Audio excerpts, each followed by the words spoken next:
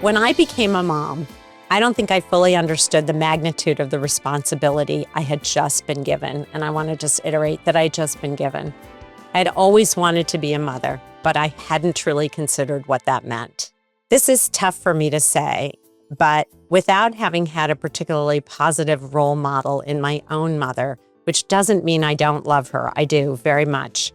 But I was left to learn quickly that parenting isn't something you can leave to chance or hope that things will simply work out. It doesn't really work that way. And suddenly, I was responsible for this small, helpless little life. It was a very powerful feeling and an overwhelmingly frightening one at the same time.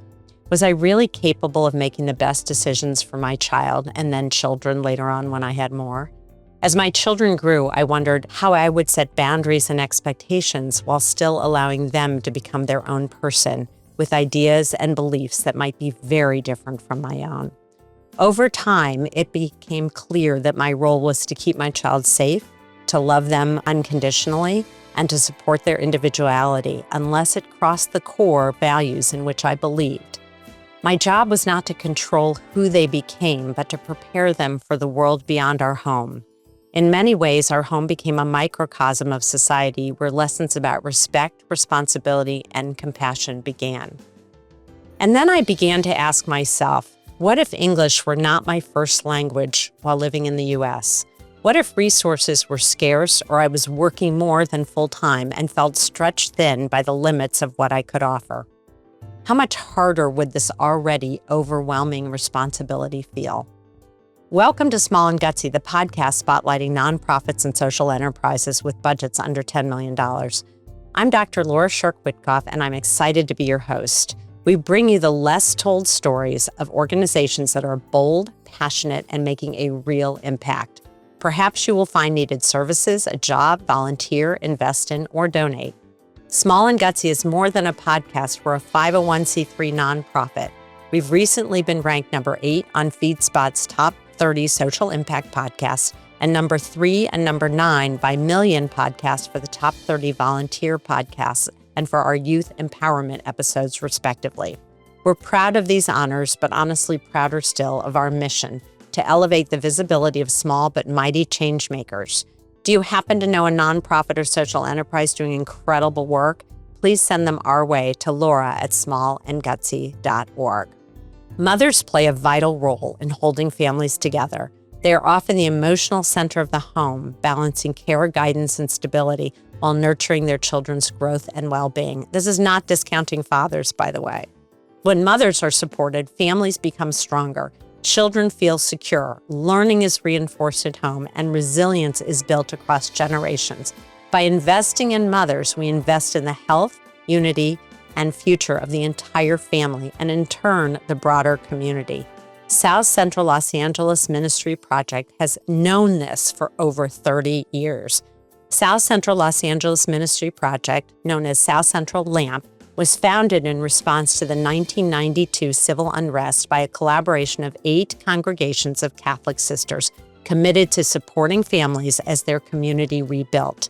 By listening, and I just love this, by listening directly to neighborhood residents, the sisters learned that mothers were seeking opportunities to strengthen their parenting skills, improve English literacy, and prepare their children for success in school and in life. Guided by this community dialogue, South Central LAMP developed family-centered programs that empowered women and supported the whole family. Their offerings include parenting education, English as a second language classes, early childhood education through childcare, preschool, and pre-kindergarten, as well as health, wellness, and financial literacy seminars. They also provide family advocacy services to connect participants with community resources and operate a community food distribution program led by South Central LAMP graduates, which I also think is just amazing. All programs are provided totally free of charge. They believe that when mothers are supported and empowered, families thrive. By investing in women, they help them become confident advocates and their child's first and most important teacher. How true is that? I am so very honored to introduce my guest today, Diana Pinto, Executive Director of South Central LAMP, who's dedicated her life to uplifting marginalized communities with a deep focus on supporting women and children. Her commitment to this work is rooted in her own lived experience as the daughter of an immigrant mother who faced significant financial hardship while raising her family in Los Angeles. Growing up with these realities shaped Diana's understanding of resilience, struggle, and the importance of accessible, compassionate support systems. Diana holds a master's degree in Latin American Studies with an emphasis in grassroots organization and has completed executive leadership programs through Stanford University, the Rockwood Leadership Institute, and the Center for Nonprofit Management. Her leadership has been recognized with honors, including being named a Los Angeles City Council District 9 Shira, which is a she hero. I love that name. Receiving a Place Called Home's Girl Power Award. By the way, I did an episode for A Place Called Home years ago, which I loved. And I love that organization. And the Northgate Gonzalez Markets Unotos Award. I'll probably mispronounce that. So I'm sure, Diana, what is it? Say it. Share that with me. Juntos Award. Thank you. I have to learn Spanish, and I don't know Spanish, obviously. She has an incredible commitment to the South Los Angeles community, especially to the immigrant community, who often finds themselves, and particularly now, with less resource support and allies. So let's get started. Welcome, Diana, to the Small and Gutsy family. Your passion is so clear.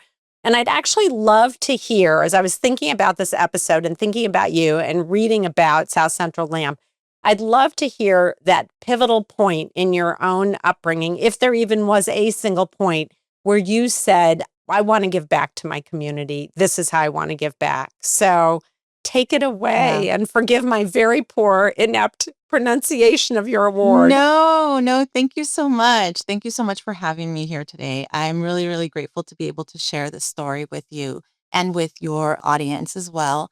As I shared, I grew up actually not too far from here. I grew up on Vermont in Washington, and we grew up struggling with finances. There was a moment where my mom lost her job and her partner also lost his job at the exact same time. And I remember the struggle of being able to survive. And I was very young, but I still remember my mom crying at the kitchen table, trying to figure out how she was going to pay for rent or for food. And my aunt came in with boxes of food. She brought it in to support us during that time. And it really taught me about how community can actually support itself with the right people and the right support. And then my mom cleaned homes in Los Angeles, and she had really incredible bosses who really loved her and cared for her. And she had one specific boss who was amazing. And one day during the LA riots, actually, she invited us to stay with her so that we would be safe. And I thought that was just so moving to me. And then one day my mom's car broke down, and she gave my mom a check for $5,000 just so she could go buy herself another car. In my community, especially with my mom, a car is extremely important because it's how she gets to work. But because she cleaned homes, sometimes she could clean 2 apartments in one day, but she needed to make sure she had transportation. And when she did that, when this person gave her $5,000 without even blinking, I just thought, wow, that generosity. I think that having all those moments in my life of people who cared just because made me want to be that person as well. And recognize that sometimes we just need a little help, not a huge amount, but we just need a small amount of help to get through the next phase. Because my stepfather worked in construction, and that was one of the hardest times, right? Because construction is seasonal. Yeah, and so for sure. These are the moments where a little bit of support can get you pretty far along. I love that story for so many reasons. One is because you never know where generosity is going to come. And you have to really open your village to what are the possibilities of someone doing that. And the other more significant piece, which I admire and love and hope I try to live by as much as I can, is none of that was transactional. It was all transformational. Right. It's so beautiful because the gift was never, I want this in exchange. The gift is a gift, and that is what a gift is. Mm-hmm. That's a definition. Yeah. And so I think it's beautiful. And so you were given these absolutely wonderful examples of what giving really means and how much, even as you said, a small gift can, like someone bringing a box of food, can make an entire situation different. And it can make one's inner situation different. In other words, the way they think about their situation.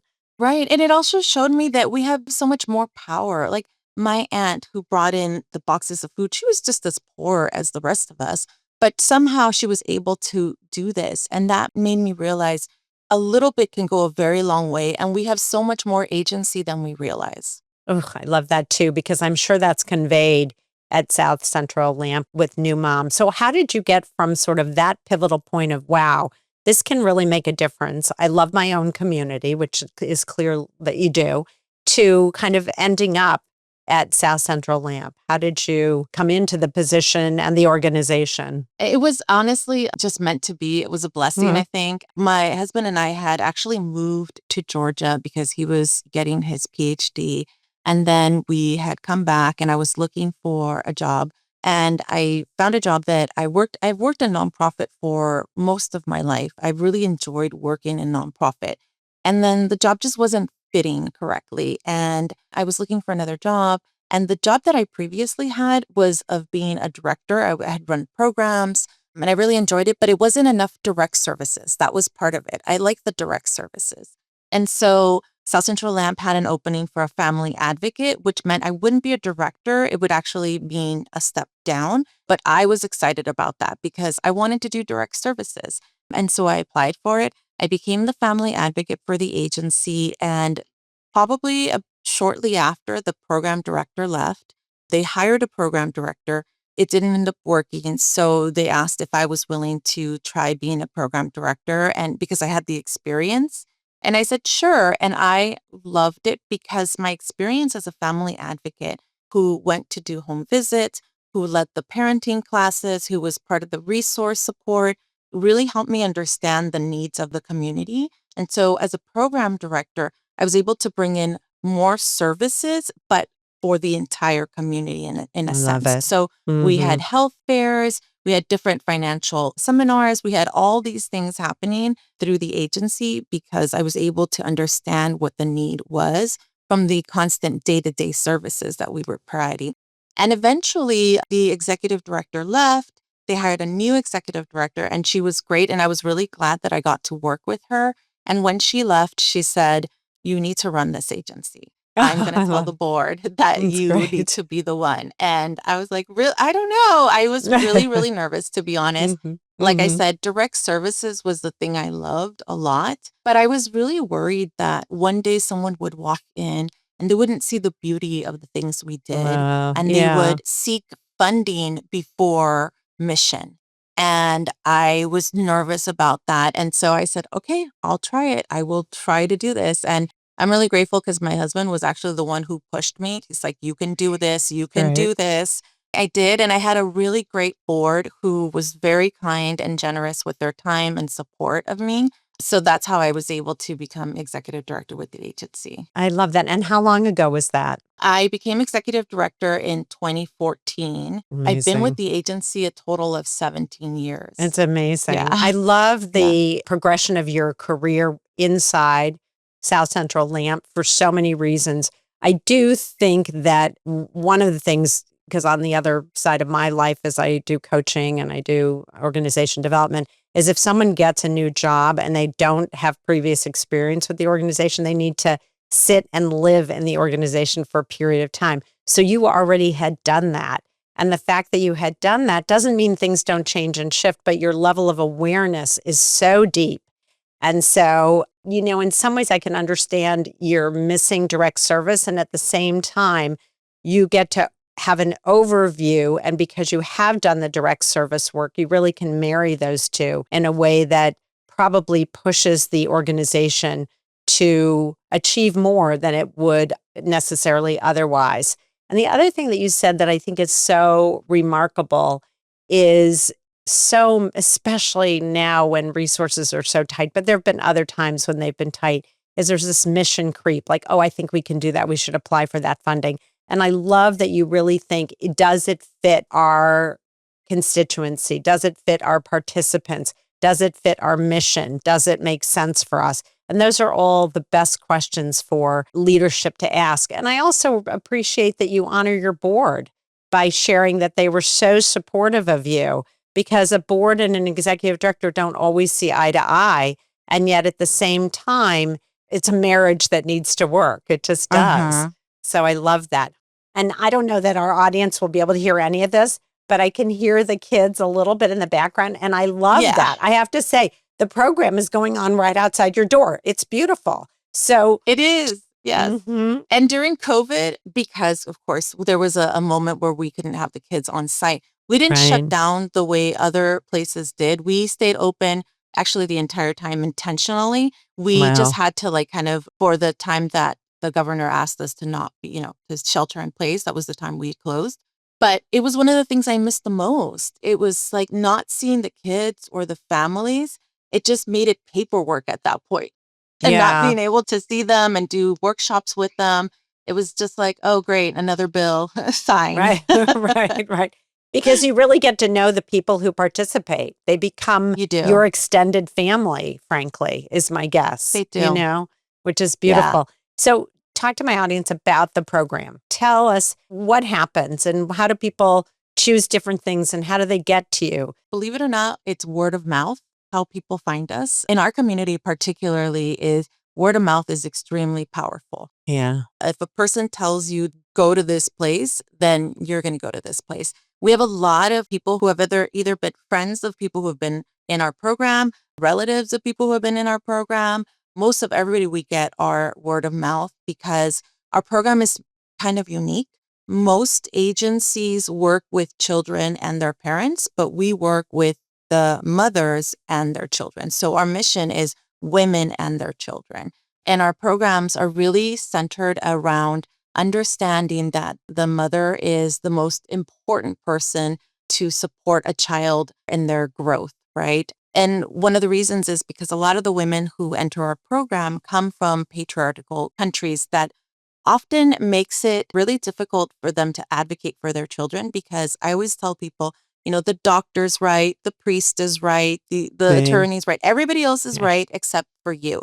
And that's where we're trying to make sure that the women we serve understand how important their role is, but also how magical they themselves are. Oh, And I love so it. they can have Hmm. agency over their children. And so the program, when we say we have a parenting program, it's such a simple term for something so much bigger than what we do, because the parenting program provides a lot of like workshops and different opportunities to help the women grow in their self-esteem and also in their understanding. So we have a curriculum that's called Nurturing Parenting, and the idea is to really understand where some of our own values and beliefs have come, so that we can decide if these are still something we believe in and we want to teach our children these things. And this is huge because so many of us parent the way we were parented, and we Yeah. have to make intentional decisions to Yeah. change these things. And it's hard. It's really Very hard. difficult. I have accidentally found myself doing things that my mom did,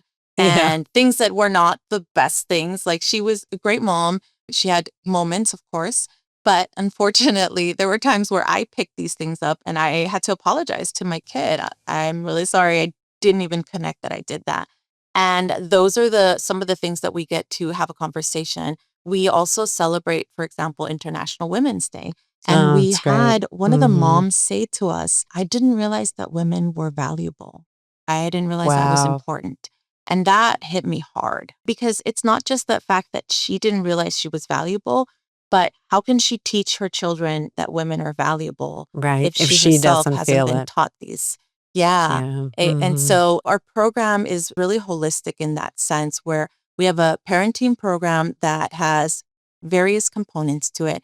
We've got an English as a second language program, and then we have a family advocate. We have a parent and child interactive literacy program, which brings parent and child together to do something like a parent and me class, but it's focused on literacy. And the parent gets to be here from 8:30 to basically 1 p.m. And they're taking individual classes. And while they're doing that, their children are in one of our early childhood education It's programs. fabulous. So Hmm. yeah, so we take the kids in as soon as they're ready to bring them. They have to be able to go to the restroom. It's like we have an infant room and toddlers and preschool. And so moms are really comfortable because many of them, oftentimes, they're the sole person at home. And Right. so many of them feel isolated. They're not really sure who they can trust their children to. And so this is an opportunity for them to just go and look out the window, or as like you mentioned, you can hear them outside singing. And so they know that their children are safe and they can learn with that calmness. I mean, it's so beautiful in so many ways because you're catching women at very vulnerable stages in their own lives. Because when you're a new parent, even if you have generational support in your home, let's say like a grandparent is there, you still want to have your own life with your child and you want to be able to make decisions that are informed. And when you connect with community with guidance and support, you're able to do that. And the whole piece that you talked about in terms of the value of women, when you come from a culture, and this isn't necessarily a single culture, many cultures suffer from this. Uh-huh. And generationally, I certainly did to an extent, was the men are right. The men are the dominant. The men are, and again, it's not dismissive of the value of men, but that's part of our more patriarchal society anyway. And so to have that experience that, oh, you can make a decision and you can really hear what other mothers are struggling with. And to have Mhm. that time where you're not just isolated, maybe with your child or within your home, you're able to really be part of a community and a community that builds networks and connections. And that's exactly it. I always say there's so much stuff that happens that you can't necessarily see on paper. Right. Here, they start building relationships and friendships, and you see that they start asking each other for favors. And, oh, I have a job interview. Can you watch the child? Or, hey, I need a moment. Do you mind? Or, let's go together and get coffee because I need something. And that's such an important part of our health. And when a mother is healthy mentally and physically, then their family, by extension, will end up being healthier as well. Yeah. And I that's love part of that. our goal with them too. So you take from infancy all the way till age 5 or till they go to school? Yeah, until they're ready to go into kindergarten. And then we also have an after school program now. And Nice. our after school program takes the children from kindergarten through fifth grade. And that was So intentional great. because we wanted Mhm. to be able to follow them as far as possible if that's what the family wanted. And then that program also has an adult education component. So twice a month, they get the opportunity to come and work on some activities with their children, but also learn different things. So we had a workshop about puberty and the female Great. body. We had a Mhm. workshop on puberty and the male body, and intentionally bring the dad, bring the mom.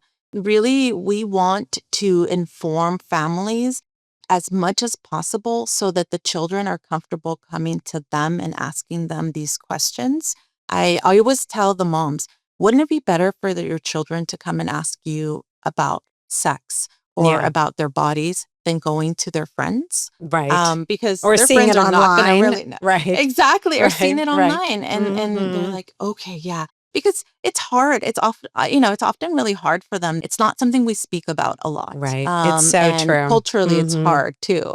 And so we do a lot of workshops intentionally to kind of help them be more comfortable with this. Yeah, you're normalizing the conversation in a way so that if the parent feels comfortable and normalizes the conversation, then the child will naturally feel safer coming to the parent and asking questions, hopefully without judgment, but really with information, which is what your focus is, which is wonderful. I'm glad you did the secondary elementary component because then you do get to see these children grow over time and any hiccups or issues that come up these mothers and sometimes fathers, it sounds like, have a place to be able to go and talk about it and get some help and support. A question which I love that you brought before is a literacy program. And I love that because I'm guessing that many of your participants, English is not their first language, but it may be eventually their child. So by the time the child gets into kindergarten or first grade, they may be the person who translates a little bit for their parent. And so the role can Mhm. be a heavy burden for the child. And you're reversing that. You're saying, no, we're going to reverse this so that the parent feels empowered Doesn't mean that the child may not excel because they're younger and learning a language at a younger age is often easier. But the fact the parent gets that opportunity and it's commingled in a way early on gives that parent an advantage, I think, in a really substantial way. It absolutely does. And oftentimes when children are put in those situations, which I get culturally, that's Yeah, very common. of And we course. feel really proud to be able to support and all of that stuff. But it is a lot on a child and they become parentified. And that's really difficult oftentimes. And part of the work we do, I believe, is to be able to mitigate generational trauma. Because once the parent starts healing and recognizing like how this is a lot on a child, then they'll make sure to care for the child. And that way they don't transfer trauma into the child. Right. The other thing that I've learned is, so if I can share this really great story, I had this one story that made me, I was just so proud. So one of the mothers that we served, they broke into their car and she had to go do a police report. And her husband was like, "You're up. You're the only one who knows English, the adult that knows English here." And she said she was really nervous and she was able to do the police report, spoke to somebody and all in English. And she said, "I felt like I contributed so much to my family that day. Like, yes, Beautiful. it was Hmm. worth it. I learned something and I am a contributor." And that gives them so much self-esteem as well. It kind of builds them and recognizing that they are partners in this relationship, not just the wife. Right. And I had another mother come and share with me that she ended up leaving a domestic violence situation. Yeah. And she was able to use her English to be able to get a job. And that she said that the family Amazing. didn't speak any Spanish. So it was so powerful that she was able to use what she learned here to be able to work independently and get away from a situation that wasn't healthy for her. So it's amazing. Two beautiful, beautiful examples. And I just want to comment, I'm sorry the woman's car was broken or the family car was broken into, but you're absolutely right. The level of empowerment that that gives when someone not only can begin, speak the language, but fully understand what's being asked of them to be able to then give good information. And the second one is life saving. You saved that woman's life by the fact that she could learn enough English to be able to get out of the situation and be able to make money on her own so that she could be self-supporting in some way. And I mean, that's just remarkable. And I love your comment and the depth at which your program goes in order to interrupt generational trauma. Many of us have experienced that for a whole host of reasons. And to have that interrupted saves the next generation. Yeah. You are saving the next generation. And I'm not being dramatic. I'm being really honest about it. Most people don't think about this stuff. And the fact that you've taken the time to capitalize and develop a program that does that in a concerted effort and seen evidence that it shifts and changes individual mothers' self-esteem is enormous. I mean, so many of us could have benefited from that Yeah. early on. So, yeah, I think it's incredible, I've you said know? that too. I've said, I wish my mom would have been part of this program too, because I think it would have Yeah, really saved me and my sister and even her some really, traumatic experiences if she had had the support to be able to understand her value was not based on a man or her value was not based on what she contributed, right. that she deserved respect no matter what. It changes the nature of how then she would have engaged with you and your Absolutely. sister, Yeah. for sure. And the world. She would have been a different role model for you in the Absolutely. world. But now you're doing it for your children. So you've interrupted that and you're interrupting it for others, which is, again, really remarkable. So since you were sharing some aha moments, any other aha moments you've been there for so long?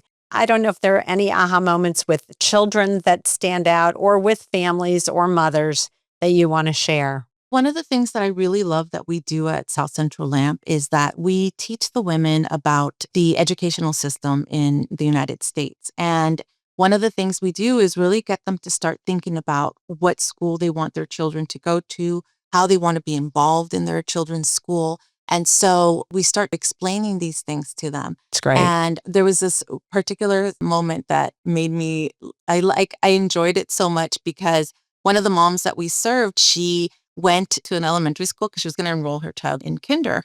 And she had a child. Her last child was probably like 17. And then she had a baby. And then, so there's a huge gap between her children. And she said, I have never done any of these things for my other children. Yeah. So I'm going to do something different with this child, right? Now that I know that I can do something different.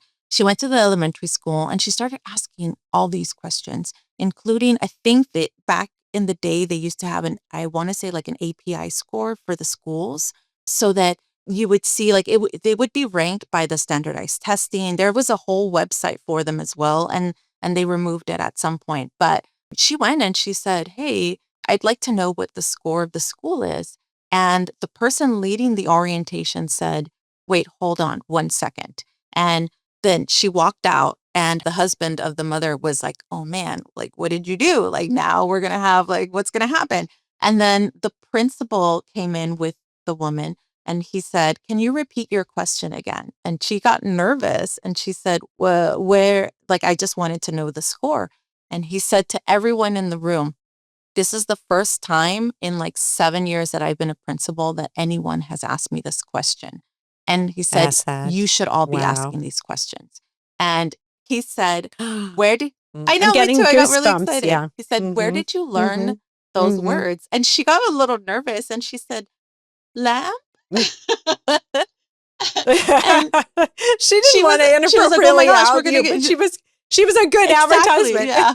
And so I was cracking up. And she came and she shared and she told me about this. And she said, I felt so proud that I had done this for my kid and that like I knew something. And not only that, but she was in a space where other people learned these things as well.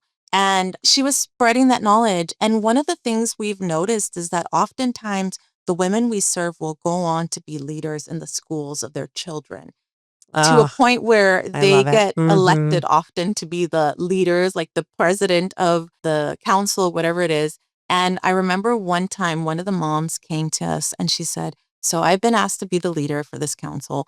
And I'm a little nervous because they would like me to take a complaint to the school because there's an issue going on with the school. And I said, oh, okay. And I said, how do you want to do this? She said, do you mind working with me on this? Because I'm a little nervous. And I said, absolutely, bring everybody who you want to. Because remember, we're a community-based organization. Our goal is to support community. Whether you run through our program or not, we want to be able to support community.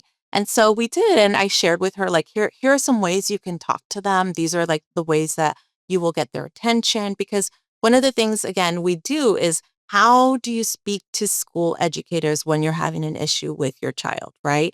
And so to us, it was extremely important to teach them ways that they can communicate without necessarily losing their audience, which losing their audience would be like storming in and yelling and all of that. I said, that doesn't get being aggressive. Exactly. I said, that doesn't get you anywhere. That'll only get you to a person who's defensive. And so you want to create a space where there's actually conversation happening. And so she did, and she went out and they were able to talk to the principal and have a conversation and things were able to be changed. And afterwards she came and she said, wow, that is hard. I can't believe you do that all the time. And I said, yep.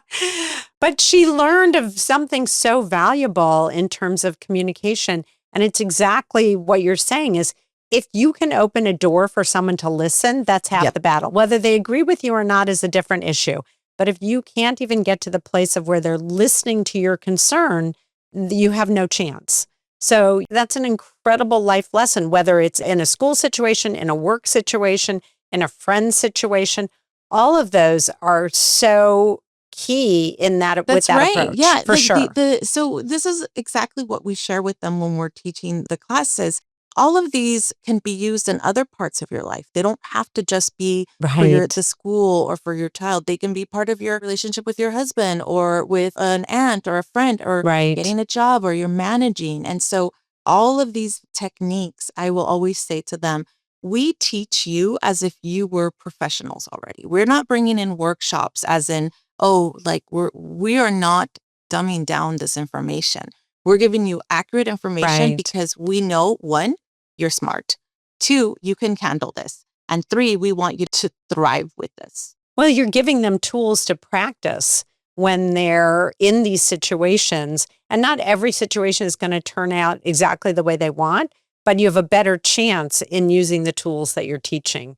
So that leads me to sort of the financial literacy classes. And is that only for adults? Do you sometimes think about that as after school for your older, like your fifth graders? I don't know why that just came to me, but I thought, what a great Yes, opportunity. actually, that's a really great, you caught that. Yes, so we partnered with another agency to bring in these workshops for financial literacy. Right. And I love them because the mothers really get to understand finances and recognize some of the decisions they're making so that they recognize they have a lot more agency in their finances than they realize.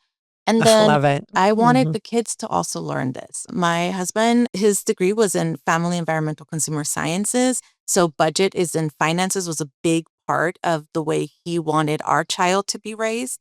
And he would always say, learning about finances is similar to like brushing your teeth. Like it's one of those values we have to teach our children. Like you just do it every day, you just Yeah. practice it. It's not Exactly. automatic. Yeah. And Mhm. so we actually partnered with a bank and they came and taught the after school program about finances. And I think it's extremely important for our children to learn these things. And we want to keep doing this every year and bringing it to the kids every year. Because, especially, I will say, as a daughter of an immigrant, I know that when I went to college, no idea how to work with credit cards, no idea how to do finances. Right. Because, of course, I grew up in a very different world. I remember somebody once telling me that the way they do their budgeting or finances is they use their credit card for every single purchase and then they write a check at the end. Never had I heard of something like that.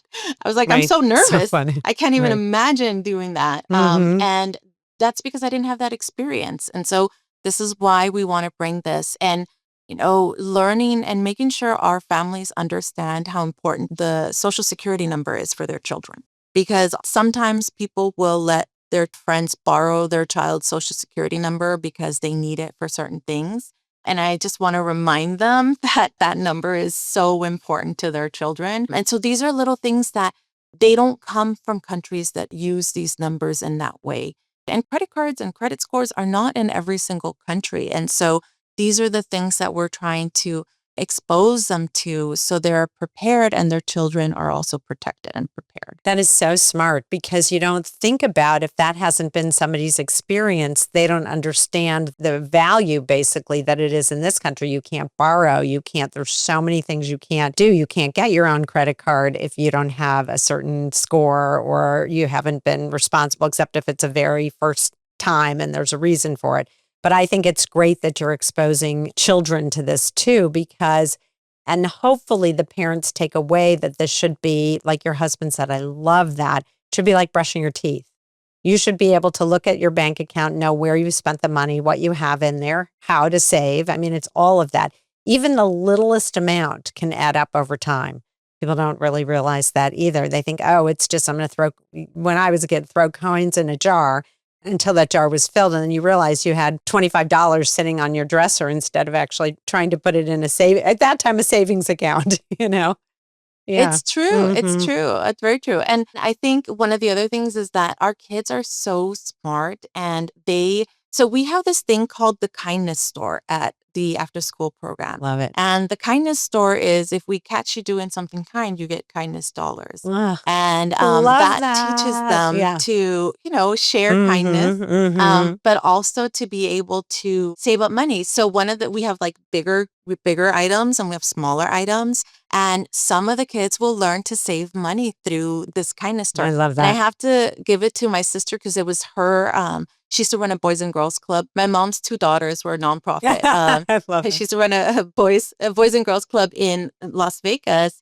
And she started the kindness store. And when we started the after school program, I was like, I have to use the kindness I store. I love can't even this. imagine how awesome that is. And honestly, the kids really recognize kindness through these things because kindness, sometimes we think are big moments or big situations, but kindness is helping someone when things fall or Right. opening the door for someone or giving the seat to someone. And so the kids are learning these I things. love it. But my favorite is also when they get to save money and they're like, just like, they have their eye on that one particular item. That's so funny. And you know what's interesting is I know before I talked about like the difference between transactional and transformational. When you're little, when you're young and your brain is developing, it's really okay to have a prize at the end. Oftentimes we need those goals until it becomes habit. And so you're teaching that kindness that will become habit, whether there's a kindness dollar at the end or not. And you probably have Yeah. a criteria of what is deserving of that dollar and then how they choose to save it or not save it. So it teaches a lot of things like, can you hold out and wait? How patient are you? Can you reach the goal that you have set for yourself? And be thoughtful about how you're going to exercise kindness in this context. So I love it. I think it's just great. And we found that sometimes the kids will buy things for their parents through the kindness store. God, that's And beautiful. that just like warms my heart so much. Yeah. And then we also, one of the other things that I really love that we do at South Central Lamp when you were asking me about the kids is that we do a lot of assessments for the kids. Oftentimes, this is the first time the families enter like a formal educational setting. And so it allows us the opportunity to support in them understanding developmental stages of their child. We do workshops on that. That's great. But also, oftentimes, a lot of the parents aren't really sure, like, is my child developing correctly? Are there things like there's like questions? And, sometimes they're a little nervous about asking family members. Right. Sometimes they don't like asking the doctor because the doctor sees the child for like 10 minutes and then like that's it. And so we've had a lot of opportunities to be able to refer children to the regional center because we've found that they have characteristics of autism. And even just recently, we had a mom who came in and we referred her, this is probably up to 10 years ago at this point. Wow. And her child is doing great. He is thriving. He's already like, I think in 8th grade. And she said that all of this has really helped her. And she was very involved in his school, becoming president of the parent council in the school as well. And I really appreciate being able to do this because my kid was diagnosed autistic and we didn't get a diagnosis for her till she was almost 15 years old. Nobody caught that there were symptoms of or characteristics of autism. And the thing that makes me laugh is that when the doctor said, you didn't notice anything different about her. And one, I only have one child, so I couldn't compare. Right. But two, I said to the doctor, no, she does a lot of the same things I do. I don't understand why. Right. And then the doctor was like, oh, okay, now we know. But you can understand her that way too. Mm-hmm. Yeah. And that was the lesson, right? That sometimes as parents, we don't see these things because they're part of how we grew up. And so being able to help the parents understand these characteristics and see them. Also, because when we have workshops, we talk about autism and we talk about ADHD and how the different brain forms. And so that helps it kind of be easier to see, oh, wait, he has an assessment of this or that. And it doesn't feel as scary because we've already had a community workshop. They understand it. They've had questions and they themselves will go, ding, right. I'm starting to see something here. Right. And they're not alone being in able that. to get the services. Mm-hmm. Yeah. The services they're are not key. alone on that. Yeah. So my second one is on the autism spectrum, interestingly enough, and he's 32. He'll be 33 this summer, and he's a librarian, very smart. And yet, remember how long ago this was. I had physicians when he wasn't talking at age 2 and very frustrated. I had physicians say, you don't want to label him, so don't get him services. I was like, oh, there's no chance. I'm going to go get him services. But the services were not as good, but it was really a challenge. And I'm not sure he had the best services in some way that he could have, because in public school where he grew up on the East Coast at that time, they would just give you an aid. Well, he didn't need an aid to translate for him. He was bright. He needed support in the classroom because he learned in an alternative way, right? His brain worked a little differently. And he's clearly has proven that he is intelligent, but he wasn't treated as an intelligent child all through elementary and middle. And finally in high school, we pushed the system to put him in a specialized program where he excelled and then went on to community college and then went on to university and then went on to grad school. But I mean, it was quite a process, an advocacy process. And so much you as a parent, and I certainly did this, I sat back and thought, okay, well, the school seems to know they're educators, I'm not. And there wasn't anything necessarily that I could have pushed for, but they've learned so much since then. So in some ways, I think what you're doing is such a huge service because even if you have a question about it, I believe getting your child any early help, whether they're on the spectrum or not, is beneficial for everybody in the classroom, beneficial for your child, like if it has to be in the classroom. And I remember other parents, which was sort of sad, in one of those parent council meetings or one of the school meetings saying, I don't want my child in a classroom with any child who has a disability of any kind because they'll slow them down. And I thought, oh, it's just the opposite. You're building compassion and they might see the world a little differently and they will enhance your child. But I was so dumbfounded that someone would say that, it muted me. So it's interesting. I love the advocacy that you offer these mothers who might have a question because they'll go politely head to head with another parent who might say something like that. And as long as the kid is not in danger, of course. But my son was absolutely pliable, wonderful, and just learned differently and needed to be in an environment that offered that. Yeah. So it's absolutely true. Yeah. And similarly, my daughter was very quiet. And so because she was quiet and she was very intelligent, the school said, no, we're not going to assess her. Right. She's fine. Right. She's basically not a problem child. So we're not going to assess her. And she's already 14 at this point. And I couldn't get to the regional center. She said she was too old to be assessed. I couldn't get the doctor to assess her. So I got really, really lucky because UCLA was doing a study. And that's how I was able to That's get her in. great. And then they assessed her. And then I had the letter saying these things. And then I was able to move forward. And so I tell the women we serve, you're really lucky to be able to get your children assessed this early. You don't understand how challenging it is once Right. they get to a certain age. And also, I will share with them, you may not realize this, but your children are going to need accommodations in the classroom, not because there's anything wrong with them, but because they might just have a lot of sensory overload. And that means they need to wear headphones or they need to be in a darker space.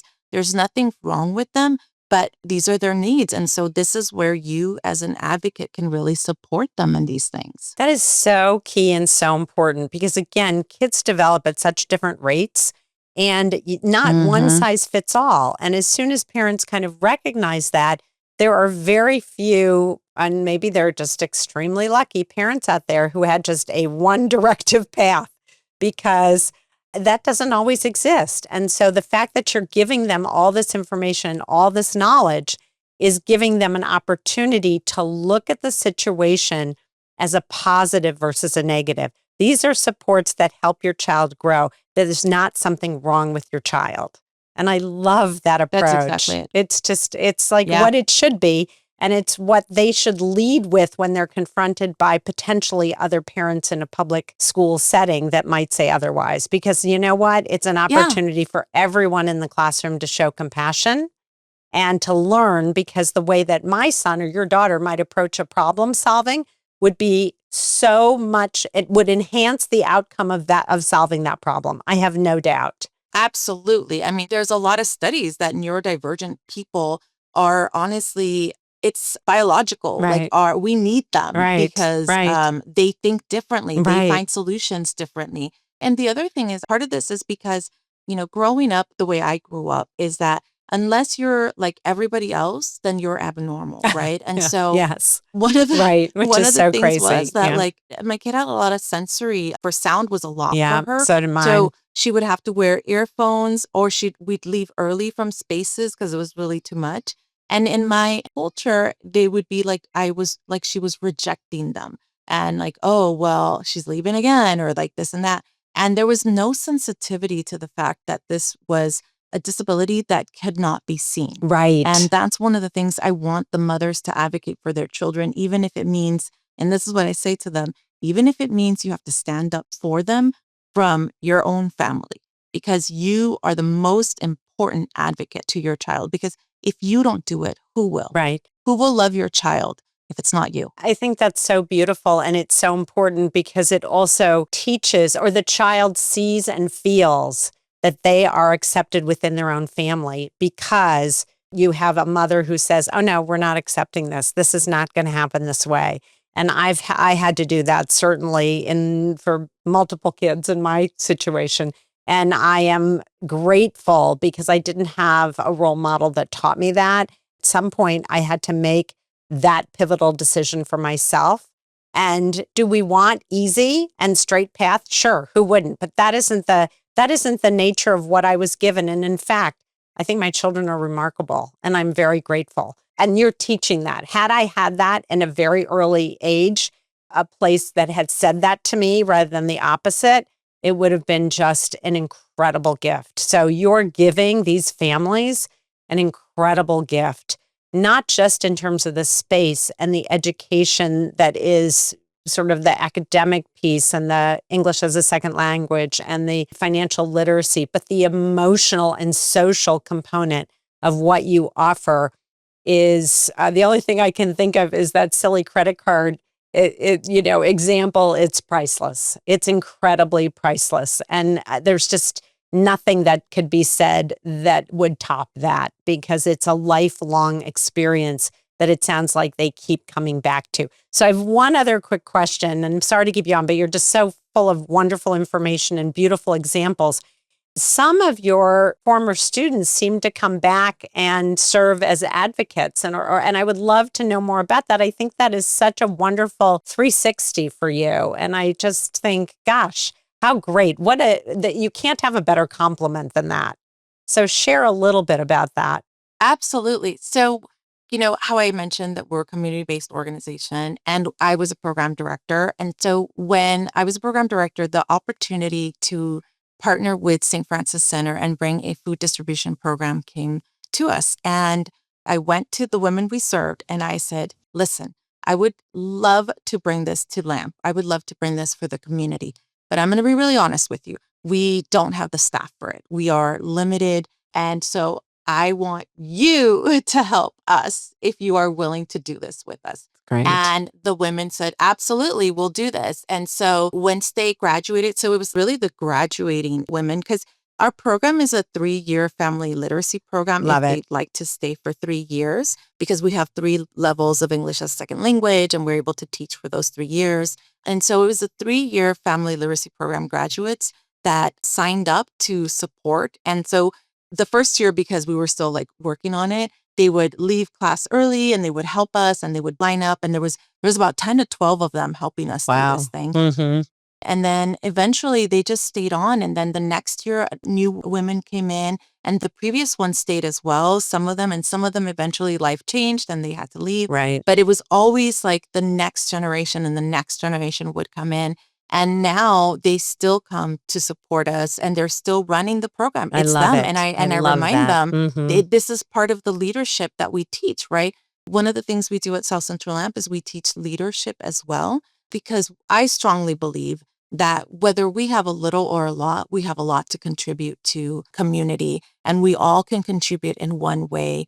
And there is a privilege in being able to give back, For right? sure. And so I want them to feel that sense of I can give back. And so I've always been like, we need to do something. So from the little that we have, just like my aunt, from the little that she had, she was able to help. And so that's what we do Love here. it. And so they started running the food distribution program.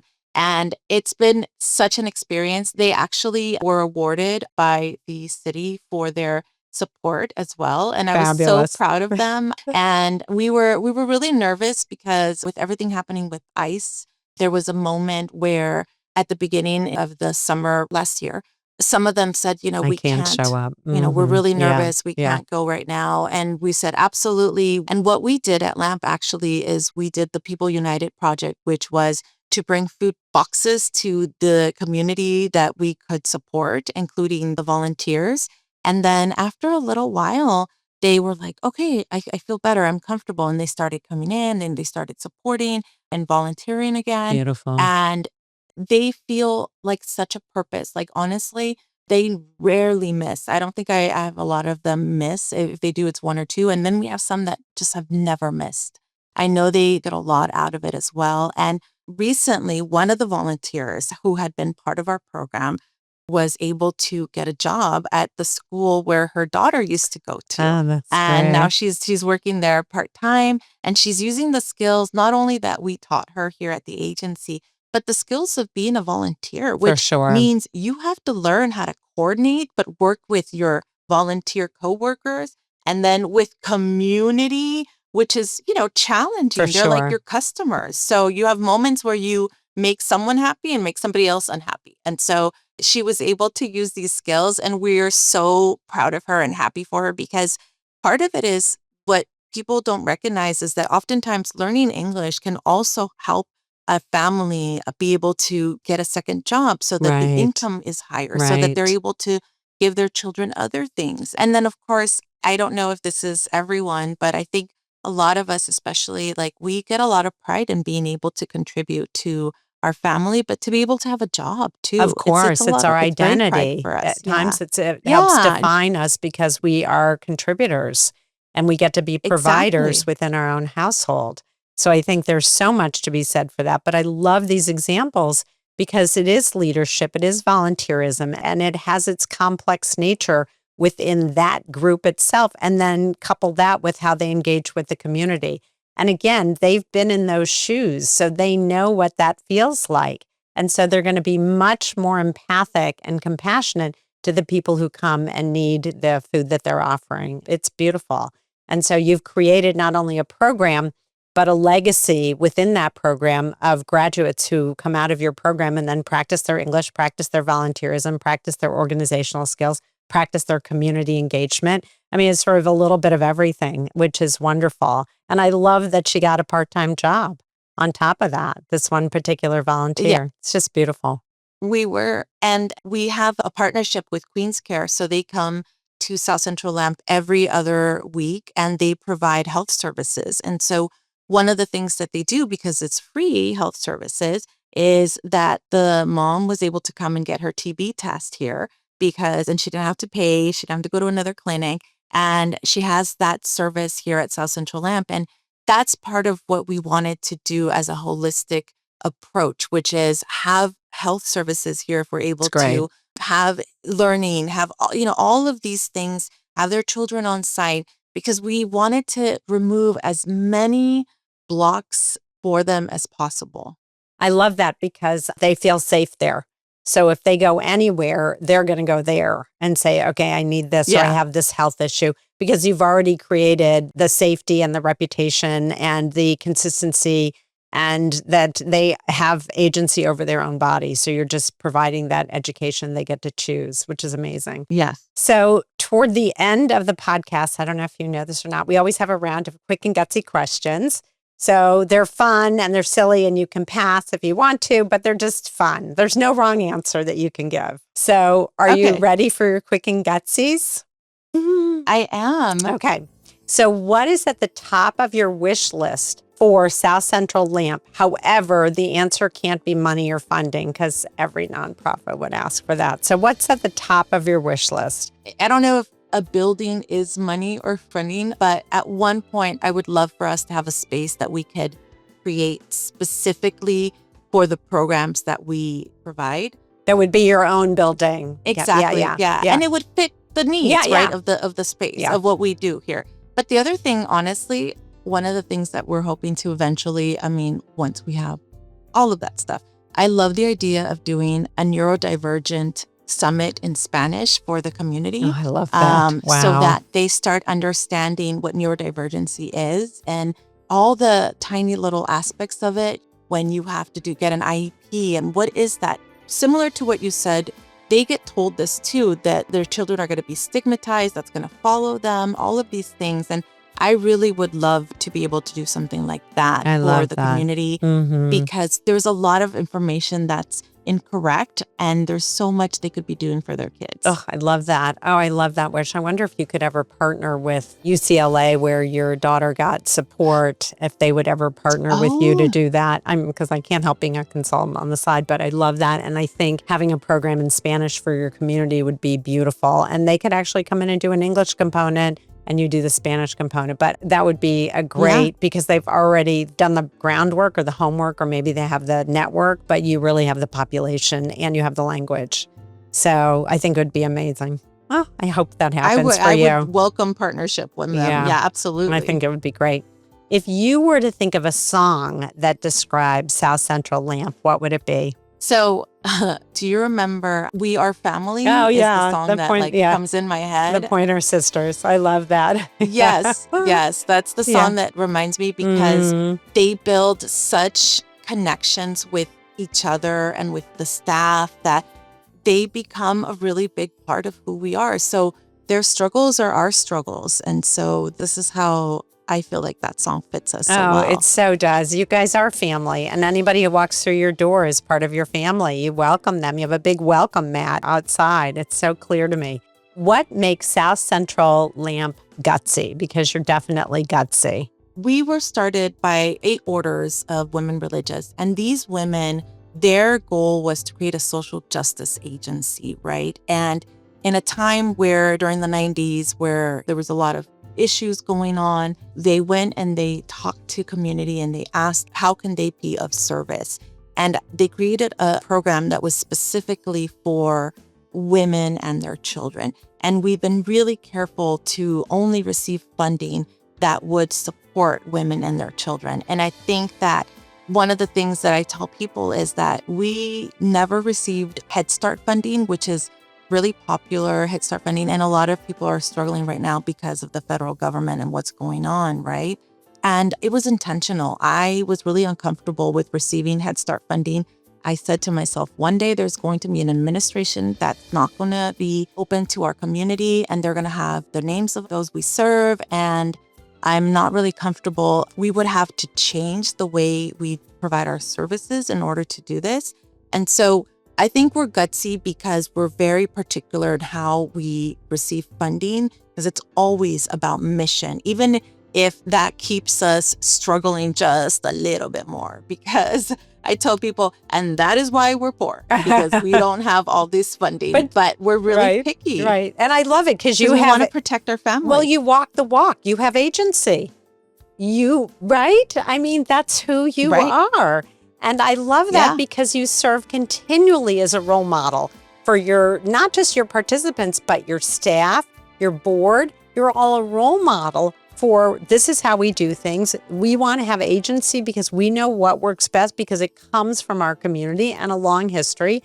And we're sticking with that. So I admire that. I think it's very gutsy and I think it's very honorable, quite frankly, because you're not going to change yourselves inside out for somebody else. And you're telling your mothers, don't recreate or continue a situation that you know legacy-wise is not a good thing. It's not a generational thing you want to pass down.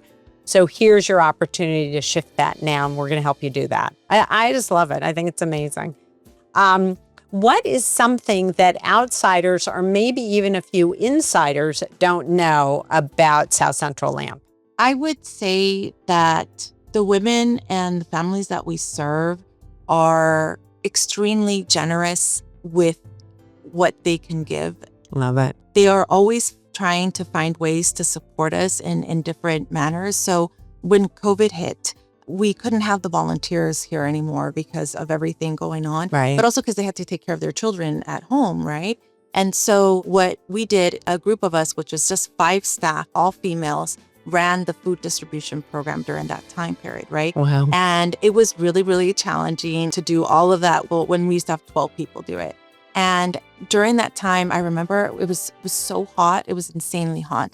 And it was one of those summers. And the moms that we served came and they brought us food and they brought us cold drinks.